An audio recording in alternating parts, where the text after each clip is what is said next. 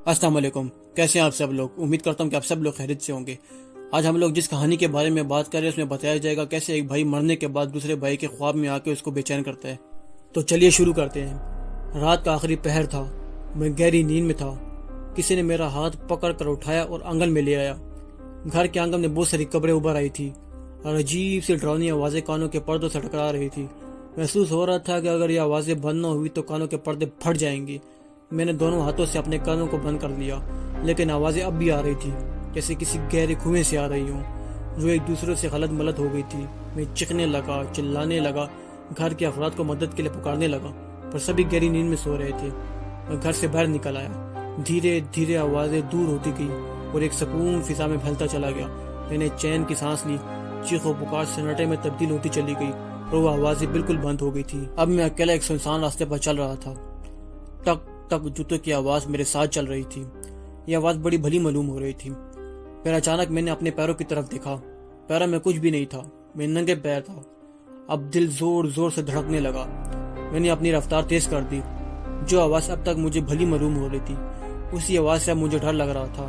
मैंने अपने साये को देखा। ये देख कर डर दबे पांव रग रग में घुस आया था मेरी। मुझे इस बात का एहसास हुआ कि मैं धीरे धीरे भेड़िया बनता जा रहा हूँ और मेरा जिस्म तेजी से तब्दील हो रहा है। चलते चलते शदीद गर्मी का एहसास हुआ। तब मैंने अपनी कमीज उतार फेंकी। मैंने देखा मेरे सीने पर एक बड़ा सा दाग है। मैं सोच में पड़ गया कि दाग ऐसा कैसे। टक टक की आवाज पीछा करते हुए साथ साथ चल रही थी, पर दूर दूर तक कोई दिखाई नहीं दिया। मैं तेज चलना चाहता था, लेकिन और ज्यादा तेज चला नहीं जा रहा था। हामते हामते बुरा हाल हो गया था, लेकिन मैं रुक भी नहीं सकता था। रास्ता साफ नजर नहीं आ रहा था क्योंकि फिजा में धुंध गहरी थी। जमीर कह रहा था कि थोड़ा आराम कर ले। नफ्स कह रहा था कि अब रुकना मुनासिब नहीं। ज़मीर और नफ्स की कश्मकश में कुछ समझ नहीं आ रहा था कि क्या किया जाए। चलते चलते मैं थक गया था और टक टक की आवाज तेज रफ्तारी से बराबर पीछा कर रही थी। अब चला भी नहीं जा रहा था। फिर यूं महसूस हुआ वो आवाज बिल्कुल करीब आ गई हो, अब पकड़ लेगी। मैंने हिम्मत करके अपनी रफ्तार बढ़ाई और पूरी कुव्वत के साथ भागने लगा। टक टक की आवाज तेज होती गई। मैं भागता गया और आवाज बढ़ती गई। दम घुटने लगा था। मैं घबरा गया और हड़बड़ा के उठा। आंखें खोली तो अलार्म की टिक टिक की आवाज शोर मचा रही थी। हर रोज जैसे जैसे रात की तारीकी उजाले को निकलती, वैसे वैसे मेरे दिल की धड़कनें तेज होती जाती। जाग जाग कर कई रातें गुजर चुकी थी। रह रह कर कानों में सीढ़ियां बजती। सर भी कभी हल्का तो कभी भारी लगता। एक पहाड़ की मानित न कटने वाला वक्त। बेचैनी और उलझन का साया मेरे वजूद पर मुहैत हो गया। मेरी जिंदगी बद से बदतर बन गई थी। अब याद नहीं रहा था कि मीठी नींद का मजा मैंने कब चखा था। फिर दूसरे रोज सांसें फूलने लगी थी। दम घुटता जा रहा था। कोई मेरे सीने पर सवार हो गया था। मैं उठना चाहता और सीने पर सवार शख्स को धकेलना चाहता था, लेकिन मेरे हाथ पाँव ने हरकत करना बंद कर दी थी। बस अभी थोड़ी देर पहले ही तो मैं सोया था। नींद का हलवा थोड़ा गहरा किया हुआ कोई कुव्वत मेरे ऊपर हावी हो गई। मैं जोर जोर से बीवी को आवाज देने की कोशिश कर रहा था, मुझे जगाओ, मुझे उठाओ, नहीं तो मेरा दम निकल जाएगा। लेकिन मेरे मुंह से आवाज ही नहीं निकल रही थी। जब मैंने उस शख्स का चेहरा देखा जो मेरी सांसों का दुश्मन बना हुआ है, तो मेरे होश उड़ गए, हवास मुअत्तल हो गए और पैरों के नीचे से जमीन खिसक गई। ये तो मेरा ही छोटा भाई है, जब इस दुनिया में नहीं रहा। मैं कुछ दुआएं पढ़ना चाहता था, लेकिन मेरी जुबान से एक लफ्ज भी अदा नहीं हो रहा था। मानो मेरी सांसें अब उखड़ने ही वाली थी कि अचानक मेरी आंख खुल गई और मैंने पाया कि मैं हाँप रहा था।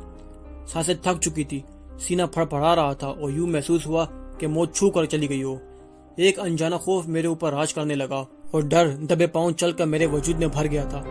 एक लम्हे के लिए भी आंखें बंद कर लेना अब मुझे हैबतनाक नजर आ रहा था। तरीक व सुनसान सदरात मैं तन्हा अपने वजूद को लिए खुद के कदमों की पैमाइश की छाप सुनते हुए घर के आंगन में चलाया।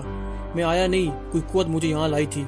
कोई अंदर यकती ताकत मेरे कदमों को खींच रही थी। वो मेरा छोटा भाई, जिसे मैं बहुत प्यार करता था, अपने हाथों से उसे खाना खिलाता, मेले में ले जाता, लेकिन अब वो मुझे मारना चाहता है और अपने पास बुलाना चाहता है। मेरी शादी से पहले का जिक्र है। एक दफा उसके पैर में चोट आ गई थी, खून बहुत बह रहा था। उसकी तकलीफ बर्दाश्त के बाहर थी और कोई रक्षा भी नहीं मिल रहा था। अपने कंधों पर लिए तेज कदमों से चलता हुआ मैं अस्पताल पहुंचा, लेकिन डॉक्टर की बेतवज्जी और इलाज में होती देरी ने उसकी तकलीफ में शदीद इजाफा कर दिया था।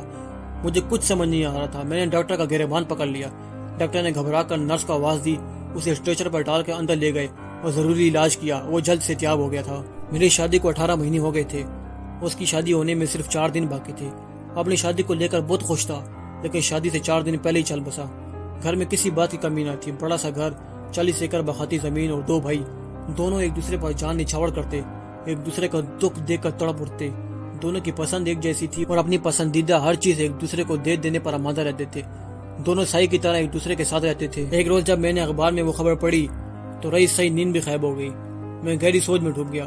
سر چکرا رہا تھا, سانسیں لینے میں دشواری ہو رہی تھی, آنکھوں میں اندھیرا چھا رہا تھا, بوجھل قدموں سے چلنا دشوار ہو گیا تھا. وہ خبر, اپنے بھائی کو نہایت ہی عزیز رکھنے والے ایک شخص نے زمین کی لالچ میں اسی بھائی کا قتل کر کے گھر کے آنگن میں دفن کر دیا تھا. آج اس راز کا پردہ فاش. قاتل کو پھانسی کی سزا, اور ایک خوف تیزی سے میرا پیچھا کرنے لگا. ہر وقت یہ سوچ وہ کبھی نہ ختم ہونے والی الجھن, کیا میں بھی پکڑا جاؤں گا, کیا مجھے بھی پھانسی ہوگی. امید کرتا ہوں کہ آپ کو یہ ویڈیو پسند آئی ہوگی, تو اسے لائک اور سبسکرائب کریں. ملتے ہیں اگلی ویڈیو میں, اپنا خیال رکھیں.